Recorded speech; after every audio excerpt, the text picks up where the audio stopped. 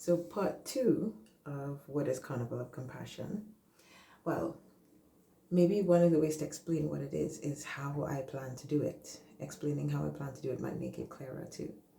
So what I'm looking at is if I collect stories of compassion from people who are at the intersections of marginalized groups, then the definition of compassion comes from the people who need it most.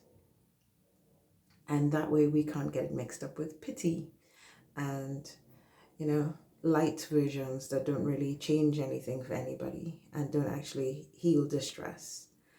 And so my thinking is that I collect stories from people who are at the intersections of marginalized groups, of experiences of compassion that they have had. And then because I'm a life story artist, I want to translate those into art.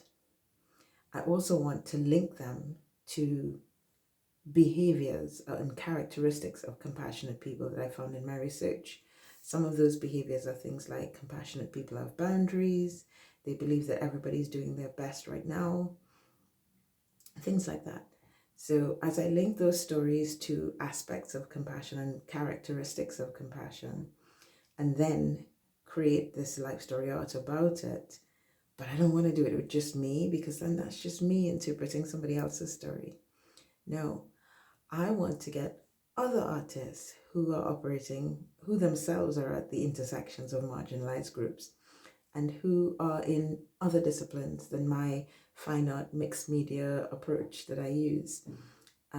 Because I think it'd be really fascinating to blend two different medias, blend two different artists who are also at intersections, and also to include stories, and the artists have to be either of Caribbean heritage or from the Caribbean, because I really need them to understand that euphoria within Carnival.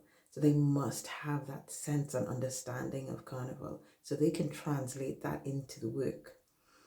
And so that's where I'm going with this so far. And then as we create the first iteration, we go back, we test it, we see what the audience has to say. And then from there, we go back again, redesign, until we get the compassionate responses that we're looking for.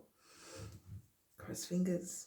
The research will let me know if I'm fooling myself or if this will actually work.